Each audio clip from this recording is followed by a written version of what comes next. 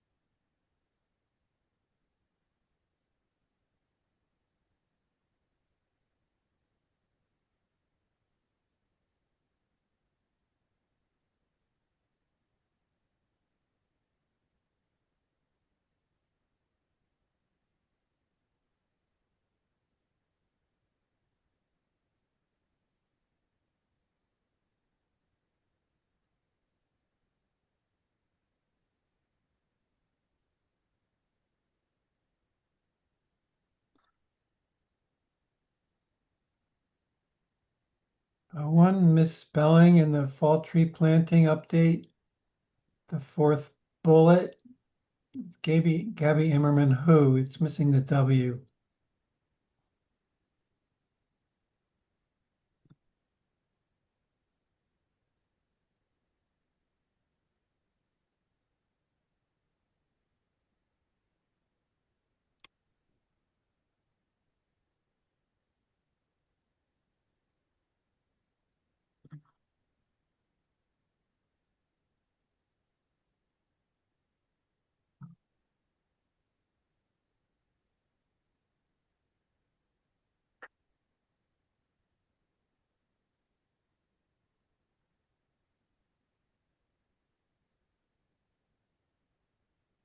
I'm good on the minutes. Yeah. Have two corrections under the chair tree warden report. First bullet, it's says 39 Day Avenue. It should be Glenwood, not Glendale, please. Mm. I'm Uh, done. I'm and done. And then under this and under the same bullet, it says pole position. It should be pole petition, Oh, but it could be pole position, I suppose, because that the original location of the pole was, yeah. but it's petition, I think. So those are the only two corrections that I saw, along with what Ken. Anyone else have any comments? Okay, great. Could we get a, motion to accept the minutes as amended, please? So move. All right, there's a motion, a second. I second. All right, is any discussion on the motion? Seeing none, Bonnie, will you take a roll call vote, please?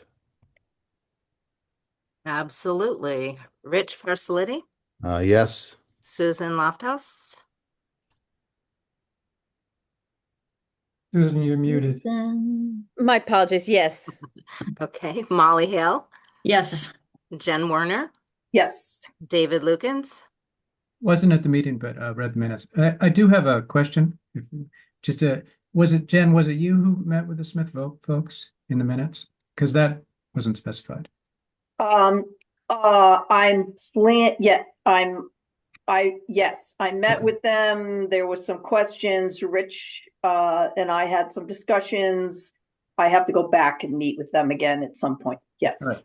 Thank you. you're welcome. Richard Parrish, Yes. and Kent Johnson. Yes. Thank you. Motion passes. Thank you. Chair report. So,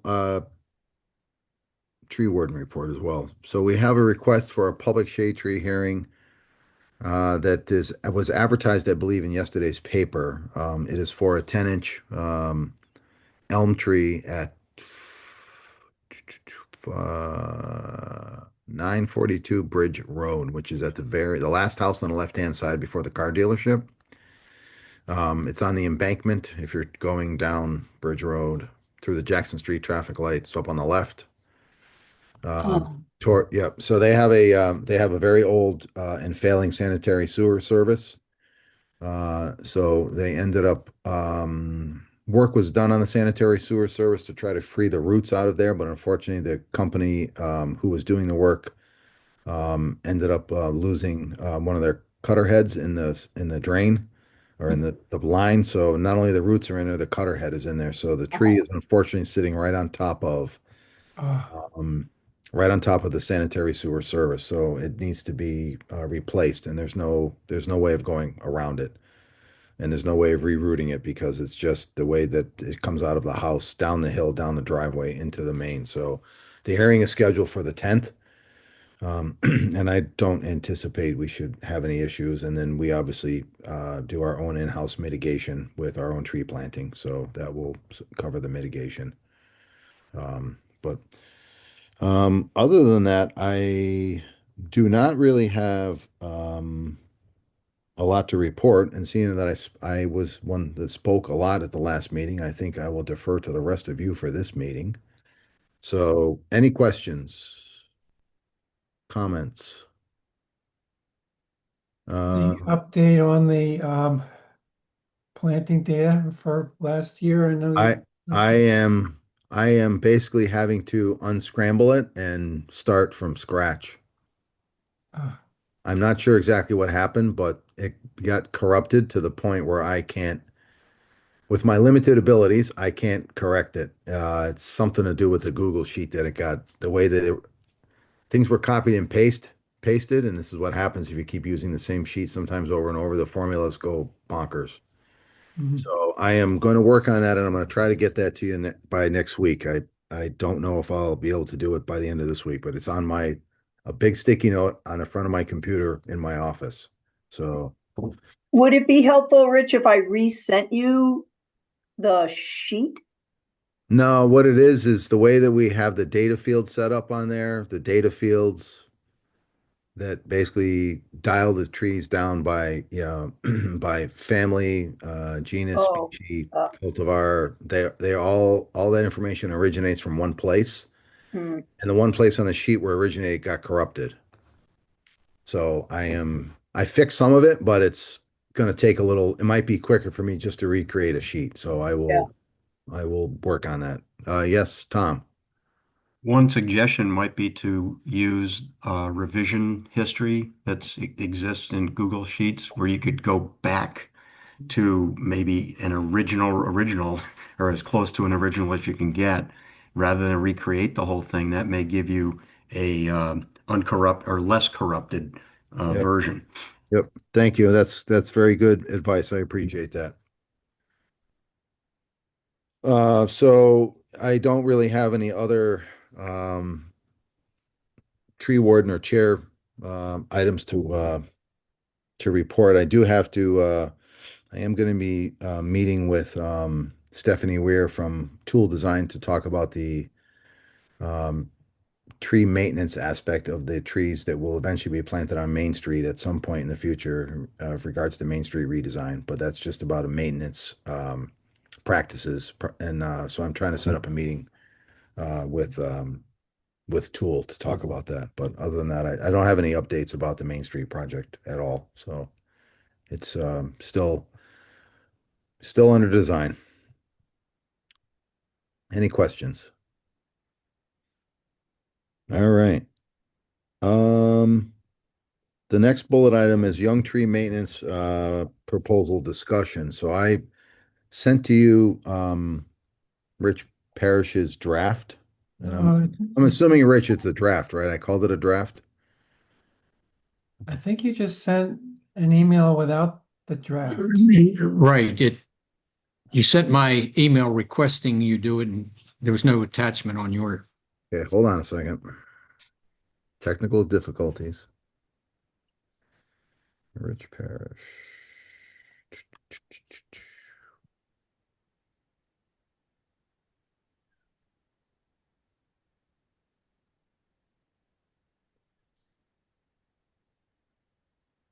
Hmm.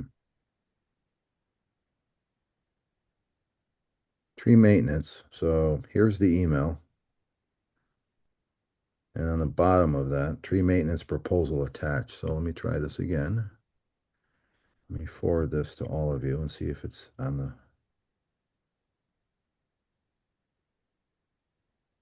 Yep, it's there. Okay. So urban forestry. Work on it. Could we just share a screen or something? Yeah, we can do Well, it. I could. Yep. So this way, Yeah. at Then, least you can follow along. So it's gone to you. I will make Rich a co-host. yeah. Okay. All right. Let's see. I need to share. Wait, I need to share my screen, right? Yep. Yep. Wendy. Right at the bottom, Rich, there's a big blue uh, button called share. It's green usually. At least on my end, it's green looking. Wendy. Oh, wait. Share. Okay, share. Wendy. If you pull the cursor down, the bar will appear with all the buttons on it. You want to share this? You're trying to share screen? Yeah. Okay, here. Stand by. Okay. You're Stand by. okay. I'm trying to figure out where you are. Okay. There. Okay. Rich Parrish, could you make your window narrower so that it's just showing the proposal? Because right now there's a lot of white space. Oh, that's Oh, That's better. better, great. How's that? Okay. All right. Are we ready to talk about this? Mm-hmm. All right. I believe Colin Bassett is probably the only person who's seen this document here, and he gave some valuable input to it. But I'll run through this, and with the hope that this group will either endorse it, the plan, or not, and if so, offer their input to improve the plan as I've written it. But the bottom line is this plan should take minimal, if any, city resources. It would be volunteer run. And I think it offers a lot of upside for our canopy. So I'll go through this. The goals of this maintenance program would be to enlist, educate, and deploy volunteers through the Tree Northampton setup. The volunteers will carry out routine maintenance of our young city trees, which will promote the health, appearance, and longevity of the trees, with the hope of addressing the maximum possible number of trees with a dispersed, independent workforce. So in the process is, by way of the Northampton volunteer coordinators, we'll get the list of the current active volunteers who have been planting and pruning and use that as our basis to send out a request for people to volunteer for this program. And those people could always bring in new interested workers. So there could be a very large group of people ultimately if this takes off. And then the group of volunteers will meet one way or another and review a printed map of the distribution of our young trees. This is all the trees planted from 15 to 24. And the volunteers will then choose their preferred work area, and we'll call it a zone that they'll be assigned to. And then we'll end up with a list of worker zones for the city. And we will give them, say, an informational document describing what their tasks will be. And I can then give them a spreadsheet showing the streets and trees that are within their zone. So that then going forward, those workers will be free to carry out the tasks at their own schedule. This will not be on a scheduled basis, such as our planting has been or the pruning has been. People will be able to work on their own, will be a benefit to them. Hopefully, the volunteers will have their own tools, and perhaps, if needed, Tree Northampton can purchase tools, the minor amount of tools for these volunteers. And then the work that these volunteers will embark on, I see is, first of all, they'll become familiar with the tree population in their zone. They can make general assessments of the health of the trees and perhaps making a list of trees that appear to be dead, need immediate structural pruning, damaged tree diaper. They can help identify suitable locations for new tree plantings, either in the tree belt or setbacks. And then they can send the problem tree or location list to the coordinator on an occasional basis to be disseminated to those people that could then act on those needs, whether it's pruning or locationing and such. But the work that these volunteers will do will include things like weeding around the base of the tree, removing unnecessary or bad support stakes. Take care of the trunk guards, like by reorienting or replacing. Perhaps if the tree has a lot of the water sprouts coming out of the base, they can prune those off cleanly. And then as possible, and this is kind of one of the question marks I've had is if the volunteers can then go ahead and mulch the trees that they have weeded around. And I've got some ideas as to how that might be done, such as volunteers could be supplied with their own set of 5-gallon buckets. They could put the weeds that they've collected into those buckets, take it to the DPW to be dumped out, and then there pick up bucketfuls of mulch to go back to their trees for spreading. That's one scenario I can envision. Now, in overseeing all this, we would want to have coordination. And at this moment, I would be the volunteer coordinator to try to get the program started. And so the volunteer coordinator be responsible for facilitating the zone assignments and assisting with dispersal of mulch, the volunteers, things like that. And ideally, we could make an accurate reporting of the trees and or mainly the streets maintained. I don't see this work or the reporting of it being on a tree by tree basis, but more by streets. And of course, any work done here will be beneficial to the canopy, and that the reporting is really not a critical aspect of it.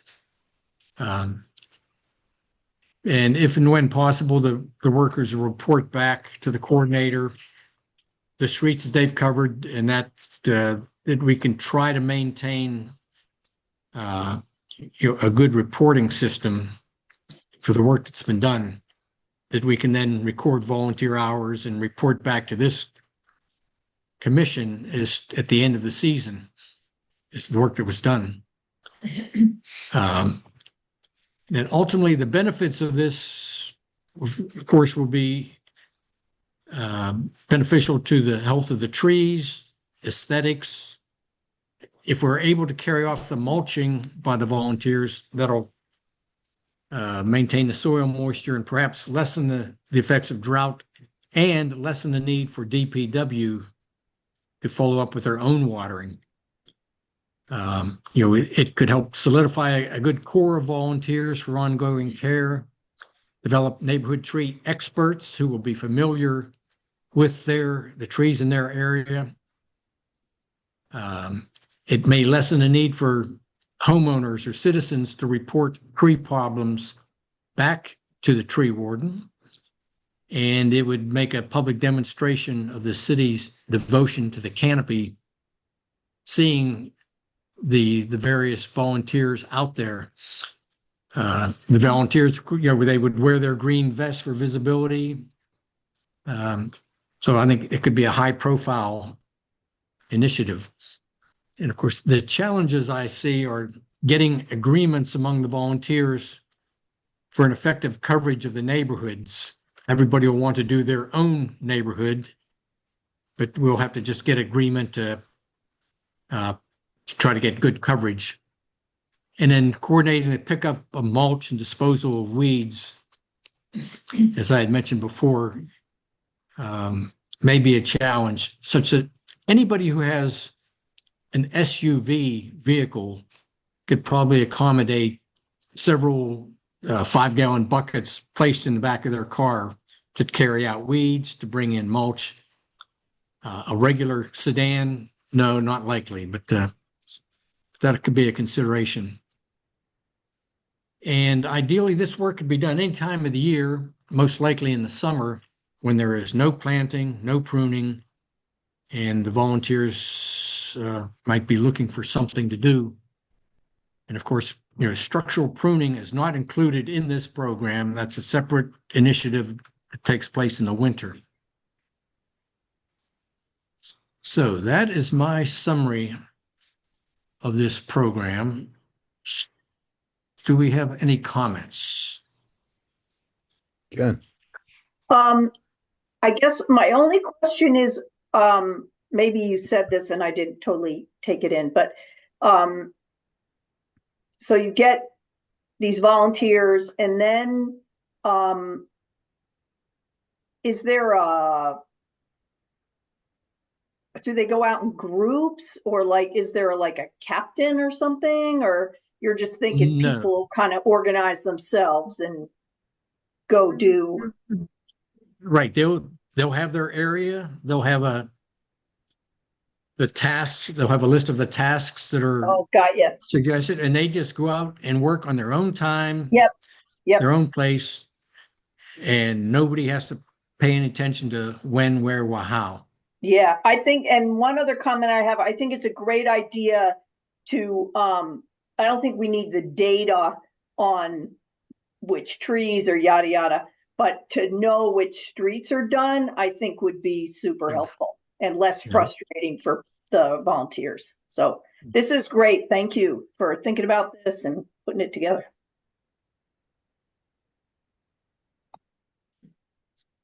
I'll Anything echo. else? Thank you. Thank you, Rich, for putting all this together. It's really good. Can you scroll back up to the top part? Thank you. Oh, I see. Recruitment. You have to be eating here. Okay.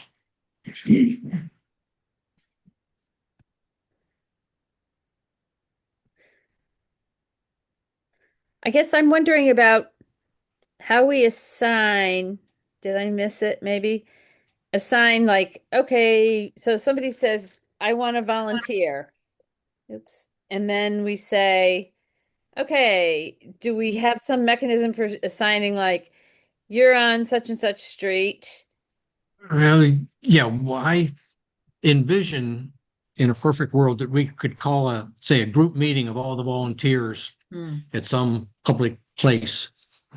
And we would lay out a large printed map, such as the one that Kent Johnson has generated, showing all the tree locations in the city.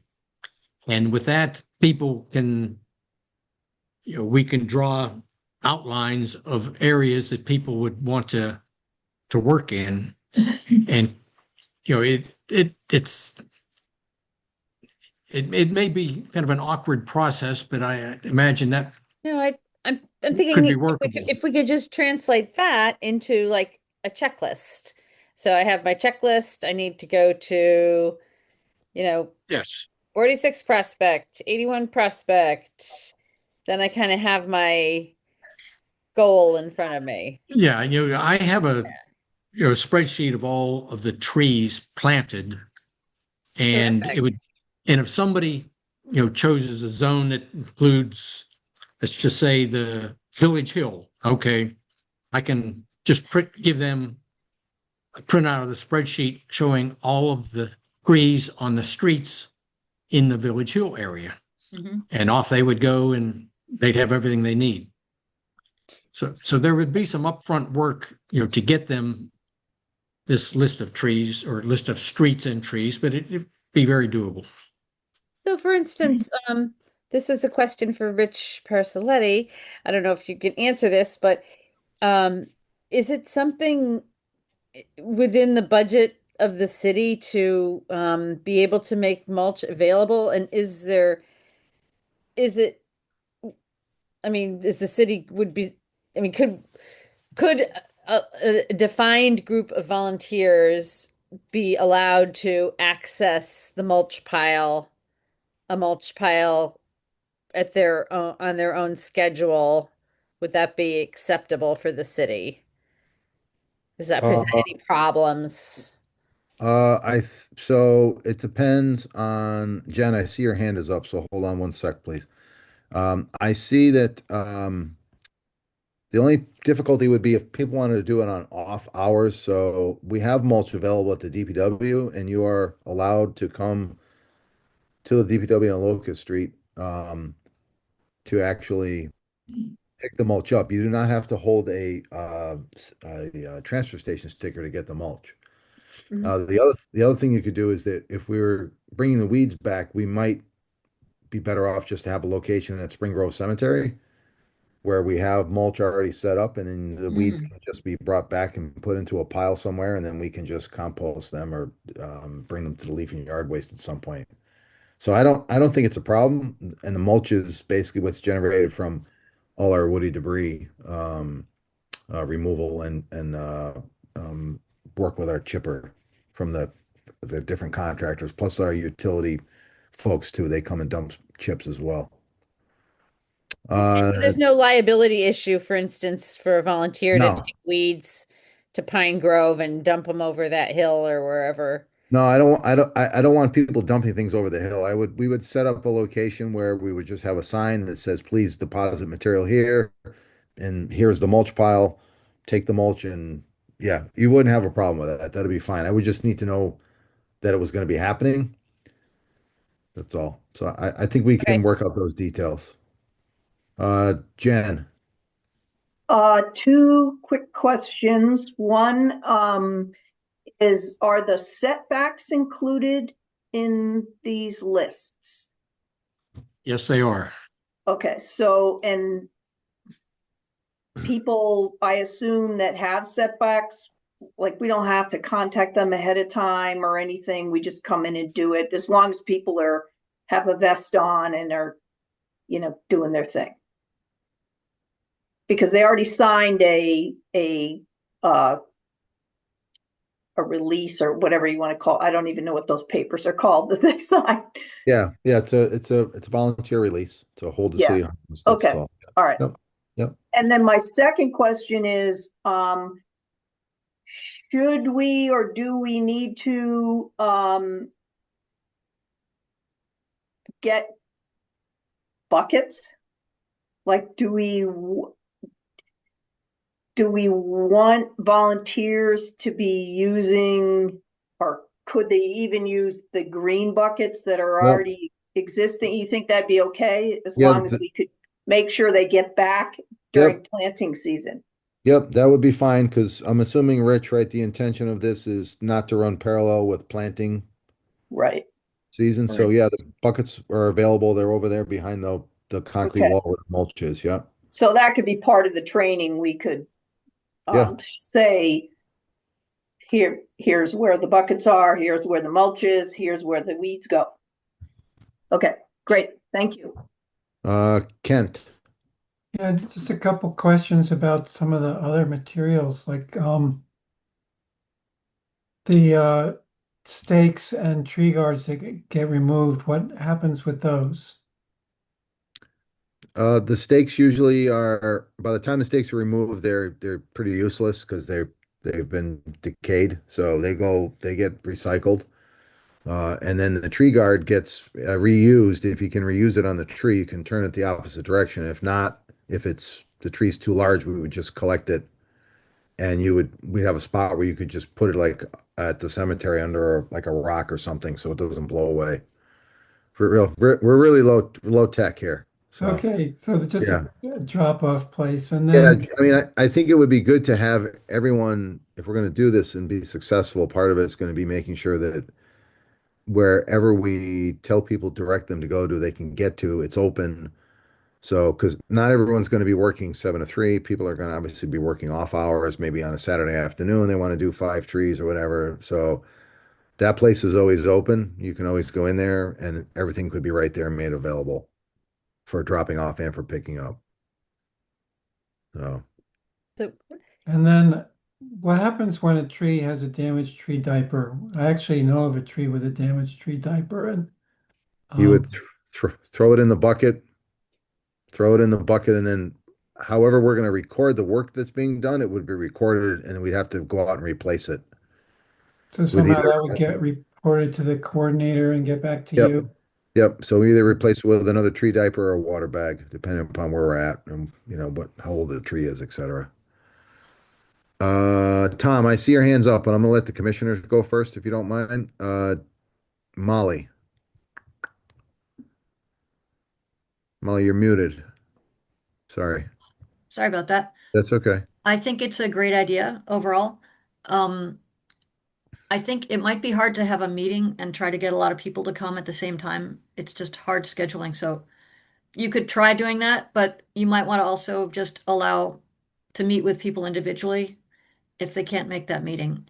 And my other comment is I'm thinking about the tree protector thingies that go around them. Um, some of them are really in need of being replaced soon.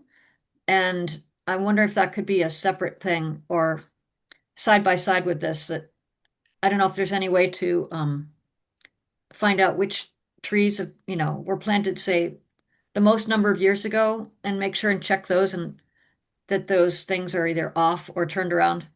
Yep. Um, as maybe a separate thing from this whole volunteer thing. Yeah. When we go out pruning in the winter, we keep an eye on those and address the guards that need to be, within our pruning range. But certainly say if this program goes forward starting next summer, all of the guards should be, addressed. So Sorry, David, excuse me. Yeah, thanks, Rich, for putting this together. I also think it sounds like a great program. How many 5 gallon buckets are needed to properly mulch a young tree, do you think? Is it 2 or 3? To a depth of like 3 inches of mulch. I think it depends. Let me answer that, Rich. yeah. Yeah, I think it depends on the the age of the tree and how big the mulch ring was, and if we want to recreate the same, obviously as trees increase in size, their trunk diameter, the mulch ring actually should also increase in size. So the question is that when someone who's doing this stumbles upon a tree that's larger than maybe the last 5 trees they've just done, are we going to ask them to, do a little more excavation? Because by that point, the grass will have grown in much closer and they will have to expand it.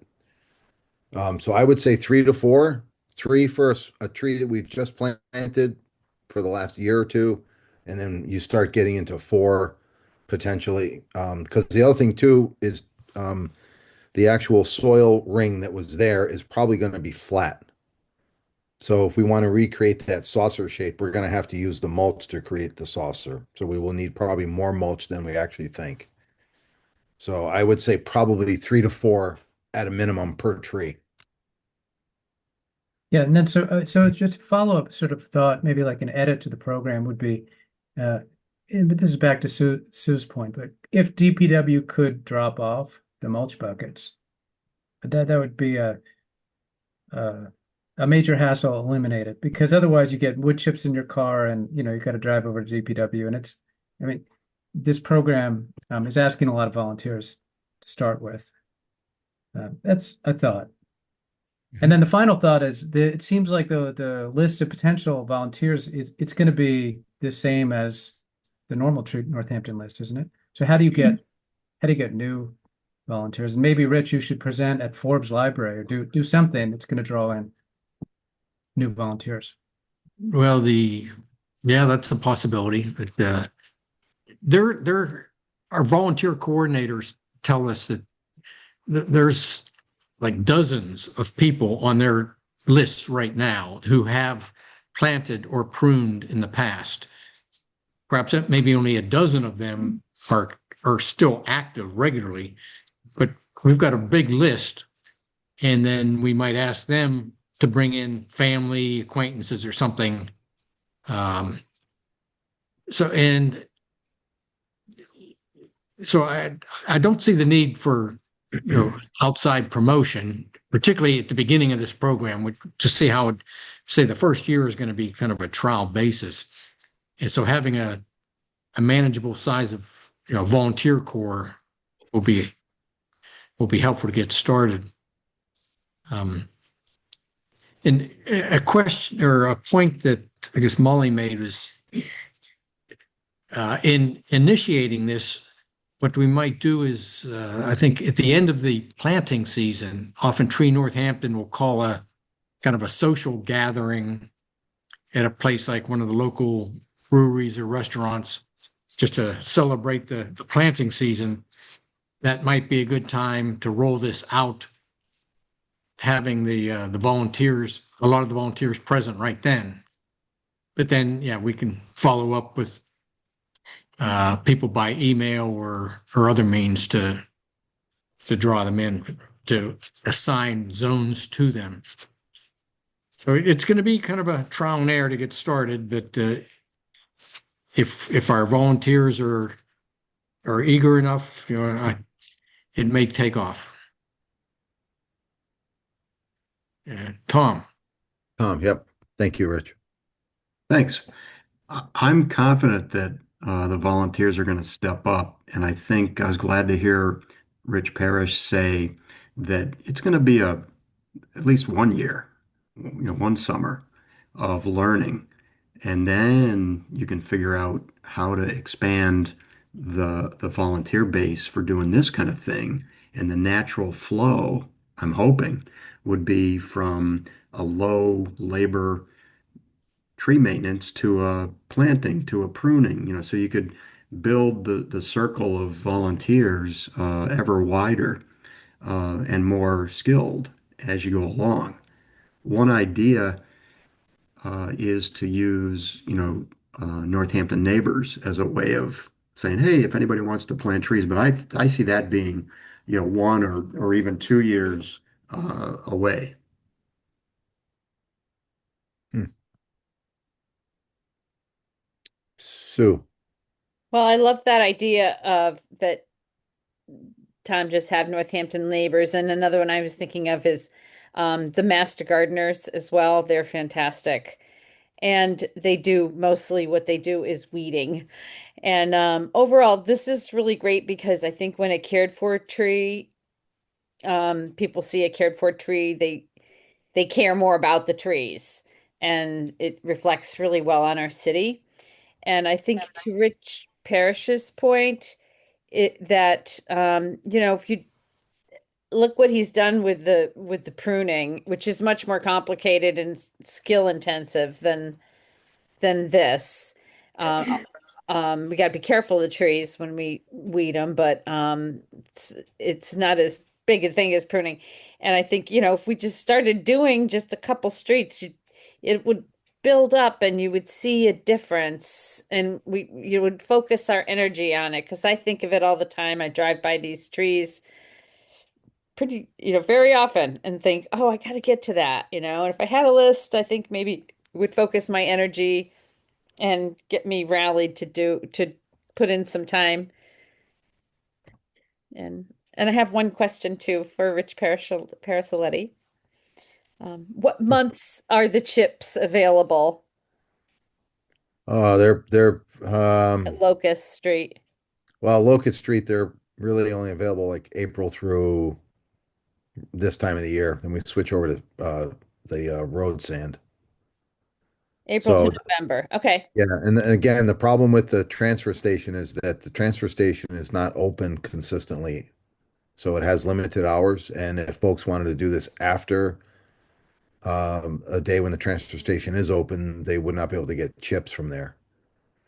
Because So kind of like that's what, logistically, I'd go and get 8 buckets of chips and then I'd go do one tree. It seems like yep. um And if we were to use the Locust Street transfer station, we'd have to be very clear about when it's open for folks when we get the messaging out, if that's how we're going to do this. yeah. And then there'd have to be a place in the front where people can dispense of the buckets of the debris and then just leave things. And it's helpful to go back to Spring Grove only because of the fact that's where the forestry crew originates from. Yeah, I get that. But on the other hand, we're trying to organize this around like a neighborhoody thing. Yep, And then my neighborhood is quite some distance from Spring Grove. So, it is. it's a drive out there to take stuff. It is. Um, my So compost pile's rather small. yeah, I mean, I think that's But sort of that. Sorry, Jen, I'll get to you in a second. That sort of plays into David's commentary about thinking about bringing chips somewhere if need be. It's just about that's just capacity that I would have to sort of work through. I know somebody in our neighborhood had a chip drop, and then everybody was going for weeks and picking up chips from that person's house. I mean, that would be great if we could get, although, Rich, is there any concern at all about the origin of the chips? Or No, my understanding is studies say that there's pathogens aren't not going to spread in chips. that is correct. Okay. That is correct. Just decay pathogens like they're supposed to. Just what? Just decay Yeah, pathogens like they're like, supposed to. okay. Jen. Uh, I just wanted to say that I have, some other people might have these connections, but I have a lot of connections with master gardeners, so I could, open up that line if, and they have to do community service. So somebody might choose to do this. And some of them can't, wouldn't be good candidates to dig. You know what I mean? This is a level of physical ability that's a little bit less than planting. So it's a way people we could engage some of our regulars, but also engage other groups of people, other groups of people. There's also, George has a group of Friends of the Trails. I've joined them on one occasion, and they go out and do tree weeding on King Street. Or just a thought, the pedal people offer services such as picking up more than just trash and recycling. I think might we might consider if that could be a resource for picking up, weeds at dispersed locations and having them, remove them. Hmm. I'll have to look into that. Yeah, they actually have a gardening service. Yeah. Wow. Lots of great ideas. Yeah, I mean, I'm sorry, Tom, I see your hand there. One of the things that I found helpful is having this list like this, but also having potentially putting a flow chart together to see how this would look. I think that flow chart that was created last year based on our input has been very helpful. And it's actually something that other communities have asked for to see because they're trying to figure out how to get there. It really kind of defines like how things are moved and who does what and who's responsible for what. But I think this is a great start. The other thing too is that it might be interesting, Rich Parish, when we have our pruning, and you may have said this, but I might have missed it. But when we have our pruning training, that we might want to sort of have the conversation with the audience that's there. Um, and I'm not sure if the pruning training would be after the Tree Northampton social, or is that considered the Tree Northampton social? I'm not sure, but it might be interesting to have a little more information that could be rolled out to folks that might be interested, that aren't necessarily planters, but might be willing to do this kind of work in their particular neighborhood, or just a thought. Yeah, that would be a good time to roll out the idea to the pruning world. Yep. Um, The social's usually separate. The social is yeah. unstructured, just eating, drinking at the brewery or somewhere. Oh, okay. Well, that's no Yeah. time like no time like the present, Suda. We've only had it a few times, and we'll invite you. I thought we had invited you before, but it's I did go to one when Rob retired. right, Rob, and we had one in between yeah. So yeah. So I mean, I that I think know that I was invited to. uh, I think some people get together more, but Tom. I appreciate you letting me continue to make little comments because I realize this is normally probably a commission sort of thing. But um, in terms of the training, I think flow charting it, or also Parrish has done a really good job in the past with the pruning training.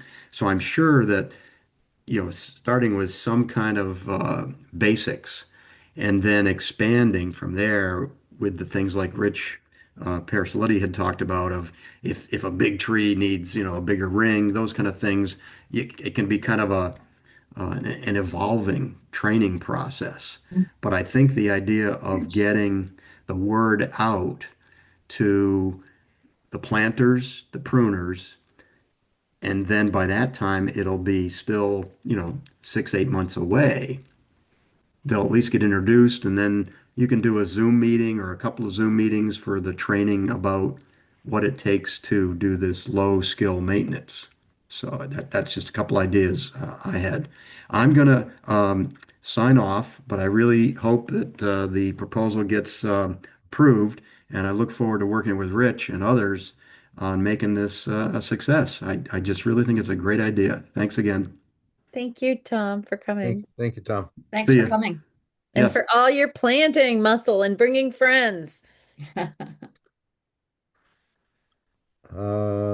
Any other, Rich Parrish, if you want to stop sharing your screen, unless folks want to, okay, Okay. great. So Yeah, how do you want to proceed, Rich, with this? Or how would you like to proceed? um, Commission like to proceed. well, I'll arrange to get the paper map that Kent, an updated map through Kent that I can print out and to have, and then perhaps Sue, if we think we can get some kind of event going here in the next month or so and start to roll out the idea. It could also be rolled out at the pruning session, but get some early buy-in. I will put together perhaps a task list that we would give to folks, and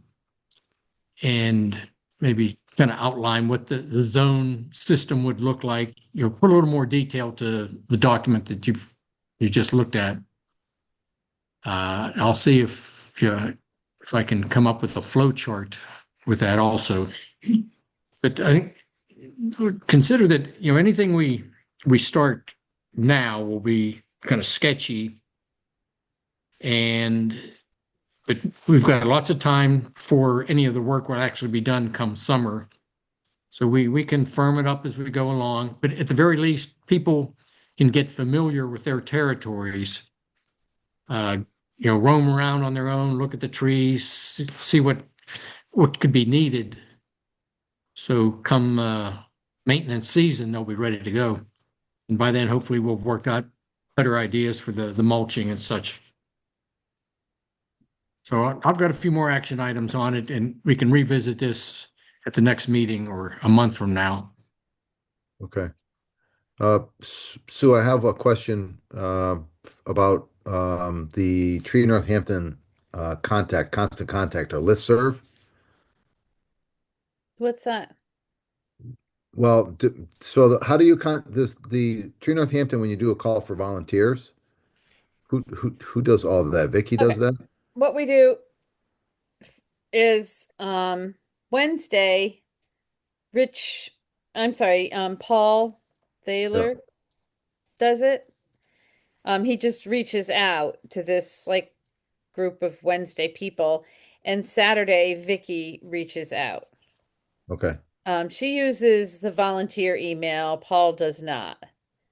There are, it's kind of the lists are getting old at this point, and Vicky and I go over it once in a while, and we try to add anybody in who wants to be there, and then if they don't come for a while, she kind of drops some come Arbor Day.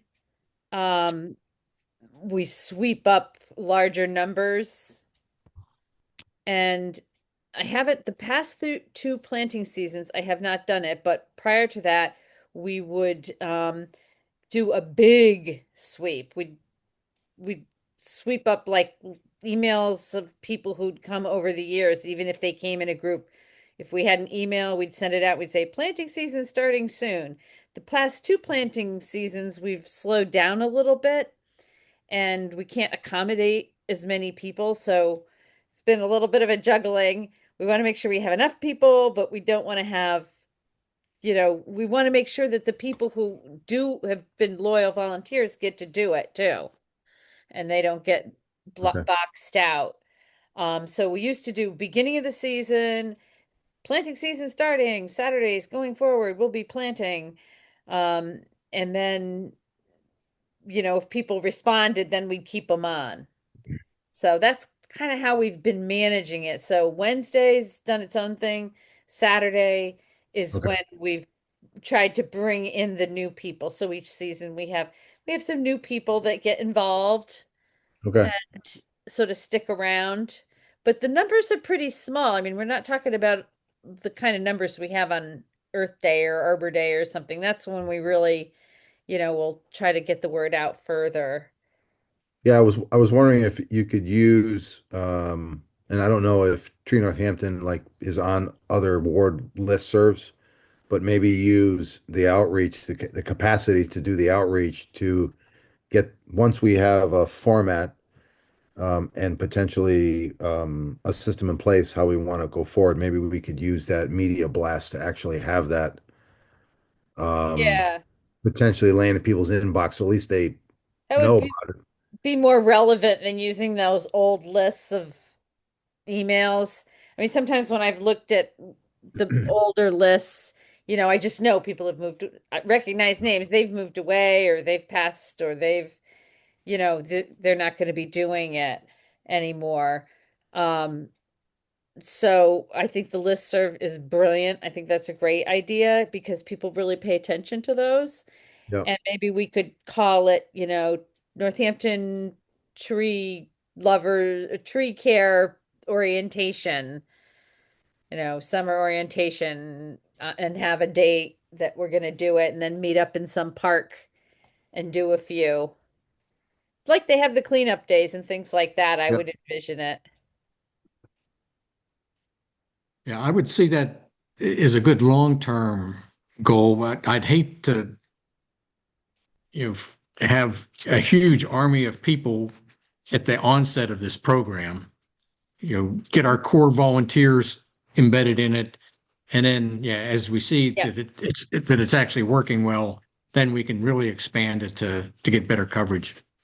That's what I see too. Without leaders, things can get, you could have people using metal tools on the roots or things like that we're not going to want happening. Okay. Yeah, I think it would be good to sort of put tighten the framework up and then try, maybe having a small group try this out. I don't, like again, inundating, having a ton of people show up and then not having enough work for them to do, or, because you might have, if we put it out to everyone, you might have like multiple different people in different wards that want to do a particular work, and then we have to figure out how to supply them with all the materials in a very short time frame. So I really like this. I really like this idea. I think it's very important because I think even the Commonwealth, where the tree, not the tree steward, I'm sorry, DCR's Greening the Gateway Cities, they have stopped planting trees. Hmm. And what they're doing is they're concentrating on aftercare. They're Oh, concentrating on aftercare. They're concentrating on pruning, which is something they typically once they reach their uh, desired quota for the community. If they've satisfied the work they set out, they typically go to another community, but they're staying around and actually working in the communities in the winter. So I think this is sort of a similar, we've planted a lot of trees and we sort of have, we're slowly, we were flat. Now we're sort of kicking up again, but it's a good opportunity for us to figure out how to take care of the plant material that we have. And again, we don't have, I wish we had 2,000 DPW workers, but we don't.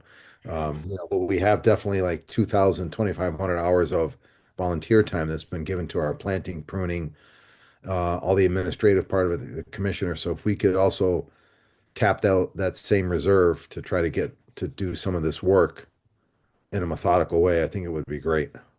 It's not going to hurt. That's for sure.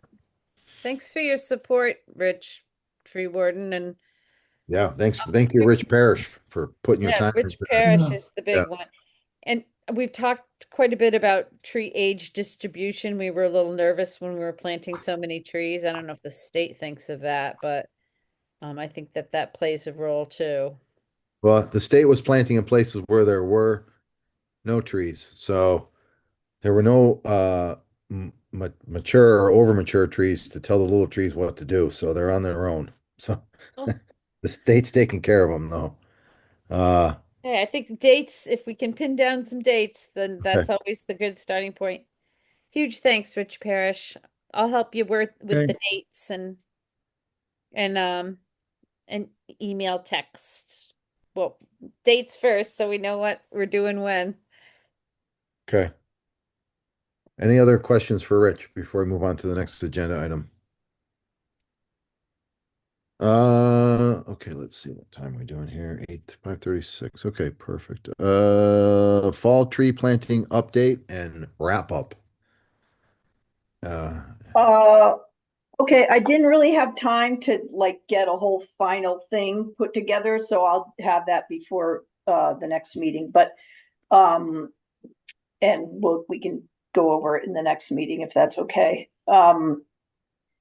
So this Saturday will be our last planting. We're gonna plant 10 trees throughout the city. And we've done a pretty good job at clearing out the nursery. There is going to be some stuff that's held over. It's hard to, dial it in exactly. Kind of in conjunction with the maintenance program, which I think is going to be critical. We are definitely, we planted, there's probably 3 sites or 4 sites for various reasons that we couldn't plant, construction, etc. So we pretty much planted all the sites that were available specifically. So I think, going forward,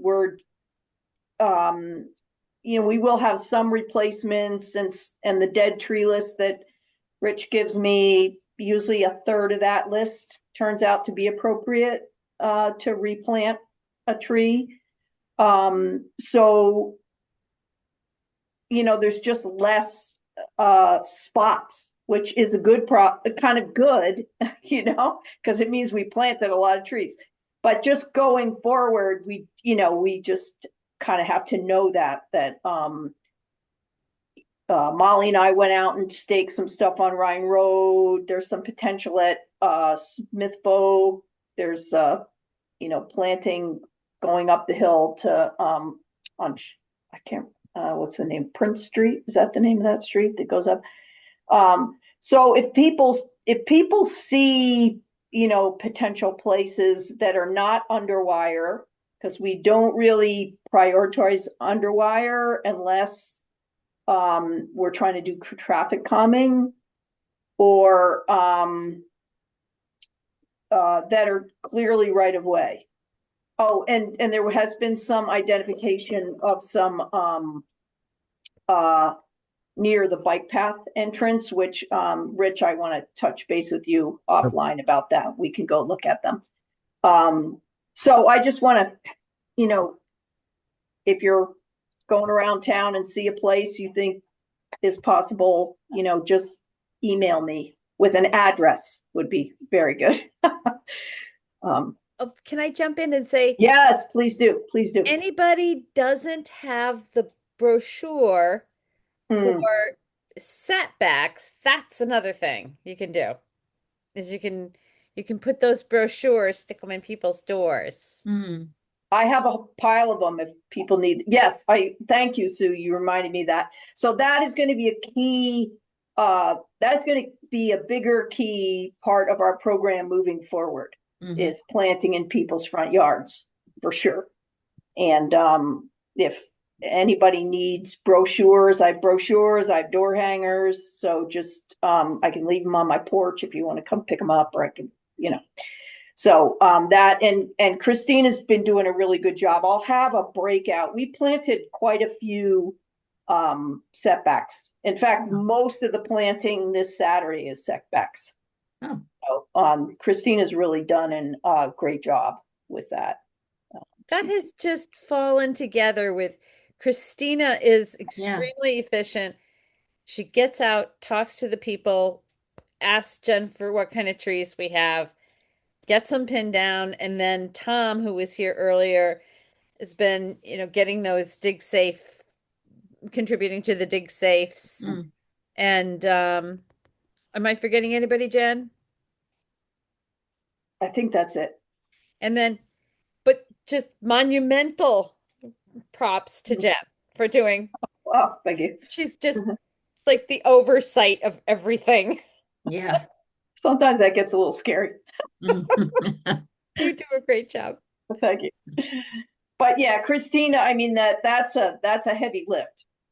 So it's a heavy lift because it's a lot of, as Sue gave me the development term, it's a lot of touches. So yeah.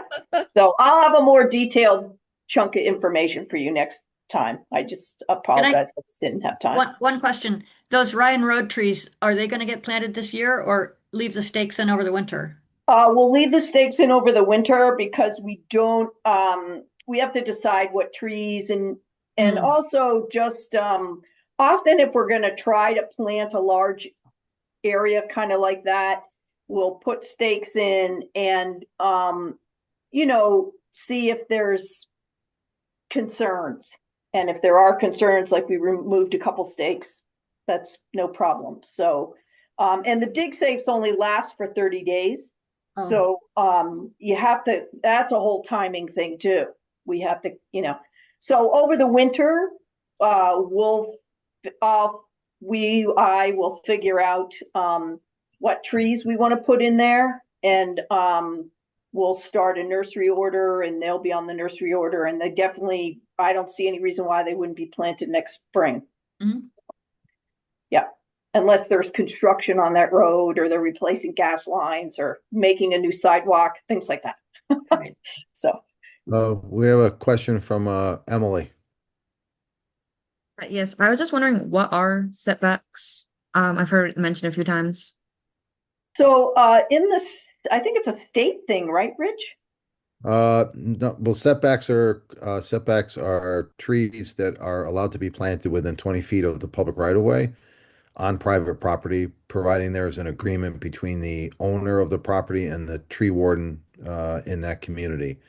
And that is under the Mass General Law, Chapter 87, Section 5 statute, I believe. So that's Mm.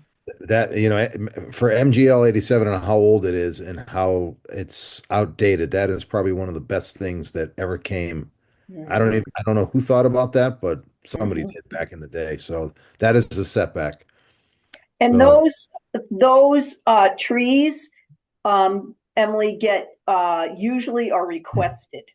So either somebody's seen a sign we've had, or they find out about it at some event we're doing for Arbor Day or something, or occasionally we have these door hangers with brochures that explain about it, and that has QR codes on it, so you can move through the process. And then we have an individual volunteer that's her job, is she'll make the initial contacts and then do all the back and forth, and then she communicates with me to get us. They get to have more input on what kind of tree they get to put in their yard. Can I just jump in and give kind of an overview for Emily? Yeah. So we're public shade tree, public urban forestry commission. So we promote the public trees, which are usually along streets. You'll see that piece of grass between the sidewalk and the street. That's a tree belt. And then we also do right of way, which maybe there isn't a sidewalk, but there's some space that belongs to the city or a park or cemetery. And then the setback will be in a yard. And so the state law allows us to use public money to plant a tree on private land because it has a public benefit. It's benefiting people. And it's also really good for the trees. We love them because the tree is afforded a much larger area for its roots to grow and to catch water. Those tree belts, some of them are really, really narrow. Some of them are tiny. and they don't get enough water. They may get a lot of salt and sand and things like that too. So setback programs are really great because we can have healthier trees and we using people's yards, but because it's there's an agreement that they won't cut it down, that it's a public tree on private land. And so we're big fans of the setbacks. Just another, this is really more of a question, I think, but my understanding is that we're treating, even though, so the right of way is wider than the actual paved part of the street in every case. But if there's no sidewalk, it's hard to tell where the right of way is. There's no standard distance, no standard width for a street. It depends on the street. So trees that are, if there's no sidewalk, even if it's close to the street, we're sort of considering it as a setback, right? Like, we're not just going and planting along a street if there's no sidewalk without getting permission. Is that correct? It's correct some of the time. Yeah, it depends. It depends. I mean, most citizens don't understand. I mean, they're maintaining that part, right? So they don't really understand. So it depends. Sometimes we have done right-of-way plantings, but they can be it's a delicate situation. Let me put it that way. Right. That you have to like really think about it. And There isn't, it depends on the site. There isn't a lot of awareness of this public right of way. right. So if you were to go out, for instance, sort of the outer areas of the city, there's probably virtually no awareness that part of what they consider their yard is public right of way. So we wouldn't go out there and just stake it.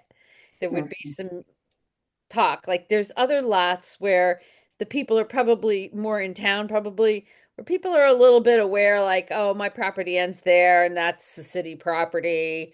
Still, you got to be tactful before you upset people because they may not be, they're probably not aware that the land isn't their land. So that's why it's delicate. It's sometimes it's, with care, not to upset people unnecessarily. I hope that answered your question, Emily. Thank you. It did. Yep.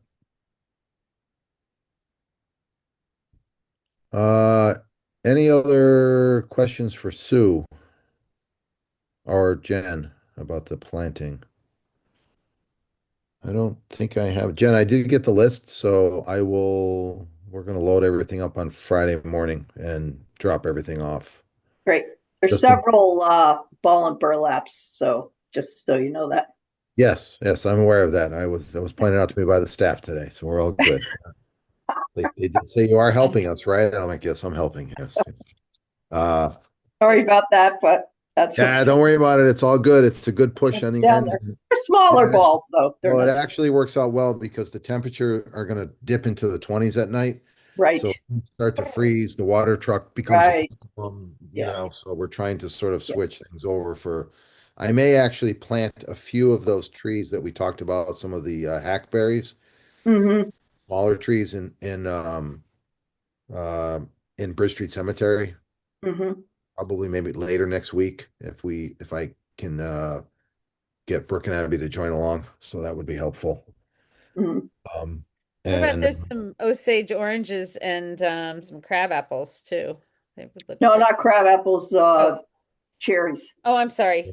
Yeah. Cherry. Sorry, yeah, Jen. the Osage orange. We didn't really have any folks that are interested in those, the setbacks, huh?